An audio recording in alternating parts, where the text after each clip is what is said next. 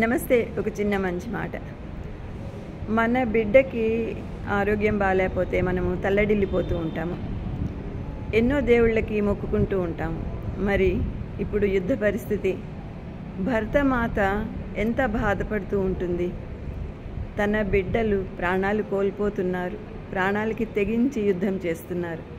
మరి అట్లాంటి వారి కోసం మనం చేయగలిగింది ఏంటి? ప్రార్థించడం. ప్రతిరోజు పూజ చేస్తాము, పారాయణాలు చేస్తాము. మనం చేసే పారాయణాలు, పూజలన్నీ కూడా రెట్టింపు చేద్దాము, 3 వంతులు చేద్దాము, ఇంకా 4 వంతులు ఎక్కువ చేద్దాము. మన భరతమాత తృప్తిగా ప్రశాంతంగా ఉండాలని కోరుకుందాము. మన అన్నదమ్ములందరూ కూడా సేఫ్గా ఉండాలి, యుద్ధం తొందరగా పరిష్కరించబడాలి, సమస్యలు పరిష్కరించబడాలి అని కోరుకోవడము మన కనీస కర్తవ్యం. ప్రతి ఒక్కరూ కూడా ఈ వీడియో షేర్ చేయండి. మన దేశాన్ని రక్షించుకోవడానికి కంకణం కట్టుకోండి.